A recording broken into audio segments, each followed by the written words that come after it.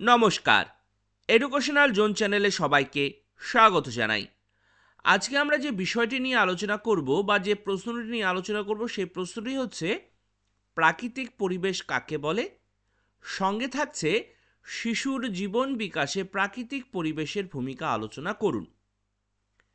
আলোচনার পূর্বে আপনাদের কাছে একান্ত অনুরোধ, ভিডিওটি অবশ্যই লাইক করবেন, শেয়ার করবেন, চ্যানেলটিকে অবশ্যই সাবস্ক্রাইব করবেন। তাহলে চলুন শুরু করছি। পরিবেশ কি? আমরা যেখানে অবস্থান করছি তার সঙ্গে বা তার চারিপাশে যাবতীয় যত কিছু আছে, যেমন আমরা এখন ঘরের মধ্যে আছি বা কোনো একটি রুমের মধ্যে আছি বা ক্লাসরুমে আছি, এখানে চেয়ার টেবিল, ঘরে থাকলে ড্রেসিং টেবিল, টিভি, ঘরে অনেক ছোট ছোট পোকামাকড় আছে, বাড়ি, রাস্তাঘাট, আমাদের চারিপাশে কি আছে, বায়ুমণ্ডল ঘিরে আছে, দিনের বেলায় আলো, রাতে অন্ধকার, তাপমাত্রা, বায়ুপ্রবাহ, বাড়ির আশেপাশে রাস্তাঘাট, কারো বাড়ি পাহাড়ে হতে পারে। এই যে যাবতীয় সব কিছু মিলেমিশেই হচ্ছে পরিবেশ। গাছপালাও কিন্তু পরিবেশের অংশ। মানুষ, বিভিন্ন জন্তু জানোয়ার সব কিছুই কিন্তু পরিবেশের অন্তর্গত। এবার আমরা জেনে নিই প্রাকৃতিক পরিবেশ কাকে বলে। যেটা আমি বললাম এতক্ষণ, এগুলো হলো সব কিছুই হচ্ছে পরিবেশের অংশ বা সব কিছু মিলেই হচ্ছে পরিবেশ। এবার আমরা প্রাকৃতিক পরিবেশ কাকে বলে সেটি জানব এবং এই প্রাকৃতিক পরিবেশের সঙ্গে শিশুর জীবন বিকাশ কিভাবে সম্পর্কযুক্ত সেটি আমরা পরবর্তীতে আলোচনা করব। তাহলে প্রাকৃতিক পরিবেশ কাকে বলে? প্রকৃতি আপন নিয়মে পৃথিবীর প্রত্যেকটি জীবের অস্তিত্ব রক্ষার জন্য যে উপাদানগুলো তৈরি করেছে সেই উপাদানগুলোর সমবায়কে মানে একসাথে প্রাকৃতিক পরিবেশ বলে। প্রাকৃতিক পরিবেশ সজীব এবং নির্জীব উভয় প্রকারের হতে পারে বা উভয় প্রকার উপাদানের সমন্বয়ে গঠিত হয়। সজীব উপাদানগুলো কি কি? উদ্ভিদ, মানুষ এবং অন্যান্য পশু পাখিরা, জন্তু জানোয়াররা সব কিছু হচ্ছে সজীব উপাদান। এবং নির্জীব উপাদানগুলো হচ্ছে জল, আলো, বায়ু, মাটি, তাপমাত্রা, ঘরবাড়ি, পাহাড় পর্বত, রাস্তাঘাট, চেয়ার টেবিল, যাবতীয় যত কিছু আছে এগুলো হলো নির্জীব, যাদের জীবন নেই। তাহলে বোঝা গেছে প্রাকৃতিক পরিবেশ কাকে বলে। এবার আমরা শিশুর জীবন বিকাশে প্রাকৃতিক পরিবেশের ভূমিকা আলোচনা করব। প্রাকৃতিক পরিবেশ আমাদের জীবনের বিকাশ, শিশুর জীবন বা আমাদের জীবন বিকাশকে কি করে সাহায্য করে। প্রকৃতিবাদী দার্শনিক রুশো মনে করেন প্রকৃতি মানুষের সর্বোত্তম শিক্ষক। বর্তমানে প্রায় সকল শিক্ষাবিদ স্বীকার করেন যে প্রাকৃতিক পরিবেশ নানাভাবে শিশুর জীবন বিকাশে সহায়তা করে। এক নম্বর হচ্ছে দৈহিক বিকাশ। প্রাকৃতিক পরিবেশ শিশুর বা আমাদের দৈহিক বিকাশে কিভাবে সাহায্য করে? জীবনধারার জন্য প্রয়োজনীয় অন্ন, বস্ত্র, বাসস্থান, জল, আলো, বাতাস প্রভৃতি উপাদান মানুষ মূলত আহরণ করে প্রাকৃতিক পরিবেশ থেকে। আমরা যে বেঁচে আছি তার প্রাথমিক জিনিসটাও কিন্তু আমরা পরিবেশ থেকে পাই। সেটি হচ্ছে অক্সিজেন, জল বা আলো। এগুলো কিন্তু আমরা প্রাকৃতিক পরিবেশ থেকেই পাচ্ছি। মানুষের এই সমস্ত উপাদানের মাধ্যমে জৈবিক চাহিদা পূরণ করার মধ্য দিয়ে দৈহিক বিকাশ ঘটে। এই যে জল, তাপমাত্রা, অক্সিজেন, এগুলো না থাকলে তো আমরা বাঁচবই না। এগুলোর কথা বাদ দিলেও আমাদের যে শারীরিক গঠন, আমরা কেমন হব না হব, সব কিছুই কিন্তু প্রাকৃতিক পরিবেশের উপরে নির্ভর করে। আরেকটি উদাহরণ দিচ্ছি। আমরা প্রাকৃতিক পরিবেশ বলতে বা পরিবেশ বলতে আগে কি বললাম? আমরা যে পরিবেশে বসবাস করছি, আমাদের চারিপাশে সব কিছু মিলে হচ্ছে পরিবেশ। আমরা যদি একটি ভালো পরিবেশে বসবাস করি, দেখবেন আমাদের শরীর, স্বাস্থ্য সব কিছু কিন্তু ভালো থাকবে। ঠিক একই রকমভাবে খুব নোংরা পরিবেশে যদি থাকি, কোনো যেখানে ভাগাড় আছে, যেখানে সবসময় ময়লা আবর্জনা স্তূপ আছে, সেই সব পরিবেশে যদি আমি বসবাস করি তাহলে কিন্তু আমাদের দৈহিক বিকাশের কিন্তু ব্যাঘাত ঘটবে। অনেক ধরনের রোগ জীবাণুর সংক্রমণের সম্ভাবনা থাকবে। দেখবেন অনেক রিপোর্টে বলা হয় যেখানে বা গ্রামগঞ্জে যেখানে গাছপালার পরিমাণ বেশি, যেখানে অক্সিজেনের পরিমাণ বেশি, সেখানে মানুষের জীবন বা মানুষের শারীরিক বিকাশ বা শরীর কিন্তু ভালো থাকে। কিন্তু যেখানে নোংরা আবর্জনা, বিভিন্ন গ্যাসীয় পদার্থের সমাহার, সেখানে কিন্তু মানুষের যে জীবনের মানে বেঁচে থাকার যে পরিমাণ, এটা কিন্তু কমে যায় নোংরা পরিবেশে। ভালো পরিবেশ বলতে পরিষ্কার পরিচ্ছন্ন, অক্সিজেনযুক্ত, দূষণমুক্ত পরিবেশ। দূষণমুক্ত পরিবেশে মানুষের জ্ঞান, বুদ্ধি, শারীরিক ক্ষমতা এগুলো কিন্তু বৃদ্ধি পায়। যেখানে দূষণ আছে প্রচুর পরিমাণে, সেখানে মানুষ বিভিন্ন শারীরিক সমস্যার সঙ্গে সঙ্গে বৌদ্ধিক বিকাশেরও কিন্তু ব্যাঘাত ঘটে, আর অন্যান্য তো সমস্যা হয়ই। সেজন্য কিন্তু জীবনধারায় বা দৈহিক বিকাশে কিন্তু প্রাকৃতিক পরিবেশ কিন্তু খুবই গুরুত্বপূর্ণ ভূমিকা রাখে। এবং আমরা কি খাচ্ছি, কিভাবে চলাফেরা করছি, কোথায় ঘুমাচ্ছি, সেগুলোও কিন্তু ম্যাটার করে আমাদের দৈহিক বিকাশের সঙ্গে। 2 নাম্বার, বৌদ্ধিক বিকাশ। প্রকৃতির সংস্পর্শে এসে শিশুর কল্পনা, সৃজনশীল মন, বুদ্ধি, চিন্তন ক্ষমতা, যুক্তিগ্রাহ্যতা প্রভৃতি গড়ে ওঠে। প্রাকৃতিক বিজ্ঞান, ভূগোল, ইতিহাস, পরিবেশ শিক্ষা প্রভৃতি বিষয় শিশু পাঠ করে তার বিশ্লেষণী ক্ষমতা ও জ্ঞানমূলক শক্তির ভাণ্ডার বৃদ্ধি করে। আর কি খাচ্ছি, কি পরিবেশে বসবাস করছি, দূষণমুক্ত, কতটা দূষণযুক্ত এবং দূষণমুক্ত পরিবেশে বসবাস করছি, সেগুলোর উপরেও কিন্তু বৌদ্ধিক বিকাশ কিন্তু নির্ভর করে।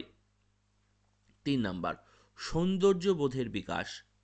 প্রকৃতির রূপ, রস, গন্ধ ও সৌন্দর্য শিশুর মনে সৌন্দর্যবোধের বিকাশ ঘটাতে সাহায্য করে। যেখানে গাছপালা, পাহাড়, পর্বত আছে, সেখানে কিন্তু মানুষের মনের মধ্যে যে আনন্দ, সেগুলো কিন্তু বেশি বেশি করে ফুটে ওঠে। কিন্তু নোংরা পরিবেশে মানুষের সৌন্দর্যবোধ কিন্তু সেইভাবে কিন্তু ফুটে উঠতে পারে না, ভালো লাগে না। আপনি একটা চিন্তা করে দেখুন, আপনারা একটি নোংরা পরিবেশে যদি আপনারা সব সময় থাকেন, তাহলে কিন্তু সেই জায়গায় কিন্তু আপনাদের সেরকম ভালো লাগবে না। 4 নাম্বার কি বলেছে, শৃঙ্খলা বোধের বিকাশ। গাছের পাতা ঝরার সাধারণ উৎসর্গ থেকে শুরু করে দিন রাত্রির পরিবর্তন, গ্রীষ্ম, বর্ষা, শরৎ, শীত ইত্যাদি ঋতু পরিবর্তন বা ঋতুর আবর্তন প্রভৃতি ঘটনা একটি না একটি নিয়ম মেনে সংঘটিত হয়ে চলছে প্রতিনিয়ত। আর প্রকৃতির এই নিয়মবদ্ধতা শিশুর মধ্যে নিয়মানুবর্তিতার দৃষ্টিভঙ্গি জাগ্রত করে। 5 নাম্বার, প্রাক্ষবিক বিকাশ। প্রত্যেক মানুষ প্রকৃতির মধ্যেই নিজেকে স্বাধীন ও মুক্তভাবে গড়ে তোলে। এই মুক্ত পরিবেশেই মানুষ এবং প্রাণীর সহাবস্থান ঘটে। মানুষ ও প্রাণীর মধ্যে এই স্নেহ, মায়া, মমতার বন্ধন শিশুর প্রাক্ষবিক বিকাশে অন্যান্য ভূমিকা পালন করে থাকে।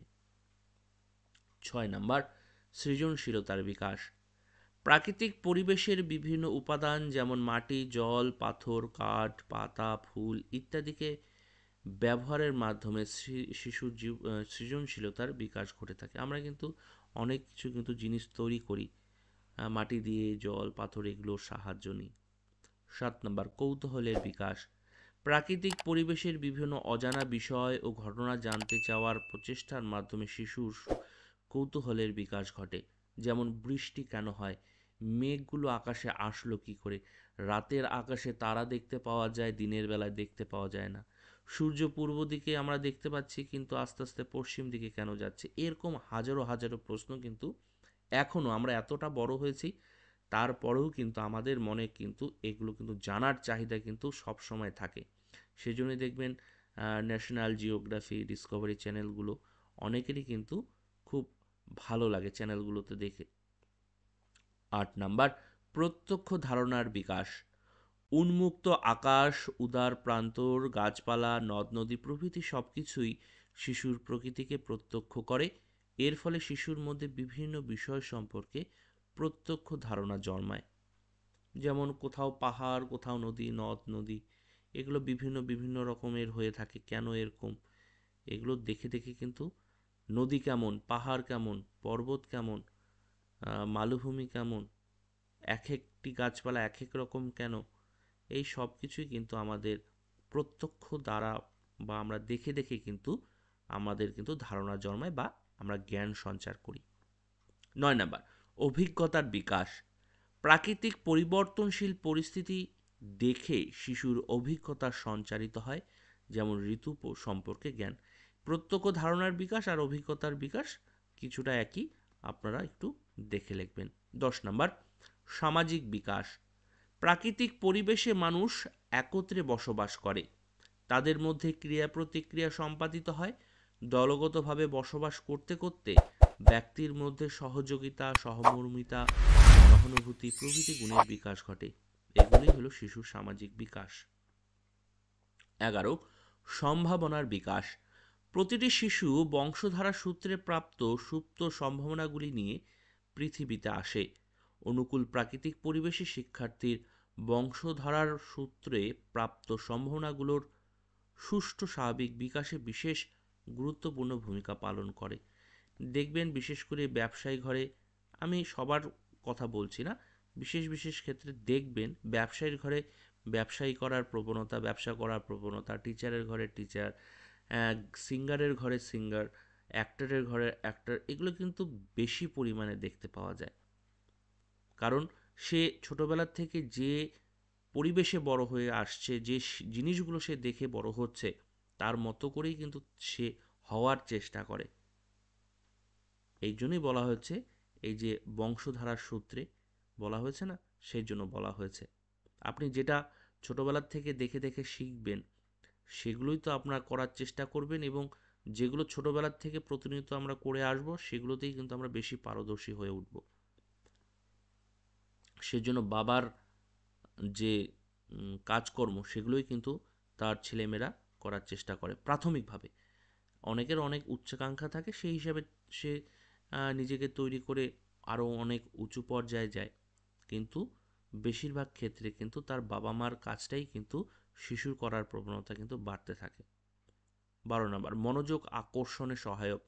নির্জন এবং মনোরম প্রাকৃতিক পরিবেশে শিক্ষার্থীদের মনোযোগ সহজেই আকর্ষণ করা যায়, যা শিক্ষণ প্রক্রিয়ার প্রাথমিক শর্ত। দেখবেন যখন আপনি কোনো কাজ করবেন, খুব নির্জন পরিবেশে কিন্তু সেই কাজটা যদি আপনারা করেন, খুব মনোযোগ কিন্তু আসে সেই কাজটি করতে গেলে, এবং সেই কাজটি কিন্তু ভালো হয়। কিন্তু অনেক কোলাহলযুক্ত বা গণ্ডগোল জায়গায় যদি কোনো কাজ করতে যান, দেখবেন অতটা কিন্তু মনোযোগ আসে না। রাস্তার ধারে, বিশেষ করে আমার ক্ষেত্রে আমি বলি, রাস্তার ধারে আমার দাদুর বাড়ি, দিদার বাড়ি হলো রাস্তার পাশে বাড়ি। আমার খুব অসুবিধা হতো দাদুর বাড়িতে গিয়ে পড়াশোনা করতে। রাস্তার ধারে সব সময় গাড়ি, মিল আছে, মিলের শব্দ, গাড়ি ঘোড়ার শব্দ। প্রথম খুব আমার অসুবিধা হতো। পরের দিকে সেগুলো অভ্যাস হয়ে গেছে। ঠিক একই রকমভাবে কিন্তু দেখবেন প্রাকৃতিক পরিবেশে, নির্জন যদি একটি আমরা পরিবেশে যাই, তখন দেখবেন প্রাকৃতিক পরিবেশটি দেখতেও আমাদের ভালো লাগে, সেই জায়গায় কিন্তু আমাদের অটোমেটিক্যালি মনোযোগও কিন্তু ভালো আসে। 13 নম্বর, শিখনের সহায়ক। অনুকূল প্রাকৃতিক পরিবেশে বিদ্যালয়ের পরিকাঠামো, যেমন প্রশস্ত এবং আলো বাতাস যুক্ত শ্রেণীকক্ষে উপযুক্ত বসার ব্যবস্থা, প্রয়োজনীয় শিক্ষা উপকরণের সরবরাহ শিখনের পক্ষে সহায়ক। এছাড়া শিক্ষার্থীদের উপযোগী পাঠাগার আর রসায়নগার বা ল্যাবরেটরি, যেটাকে বলা হচ্ছে, খেলার মাঠ ইত্যাদি উত্তম শিখন এবং অভিজ্ঞতা অর্জনের জন্য প্রাকৃতিক পরিবেশগত উপাদান বিশেষ গুরুত্বপূর্ণ ভূমিকা পালন করে থাকে। এই হচ্ছে আজকে আমাদের যাবতীয় আলোচনার বিষয়বস্তু। ভিডিওর ডেসক্রিপশন বক্সে আমরা অন্যান্য ভিডিওর লিঙ্কগুলো দিয়ে দিয়েছি, পিডিএফ এর লিঙ্কও আপনারা পেয়ে যাবেন যথাসময়ে। আপনাদের কাছে আবার অনুরোধ, অবশ্যই আমাদের চ্যানেলটিকে সাবস্ক্রাইব করবেন, লাইক করবেন, শেয়ার করবেন। সবাইকে অসংখ্য ধন্যবাদ জানিয়ে ভিডিওটি এখানে শেষ করছি। সবাই ভালো থাকবেন, সুস্থ থাকবেন। সবাইকে অসংখ্য ধন্যবাদ।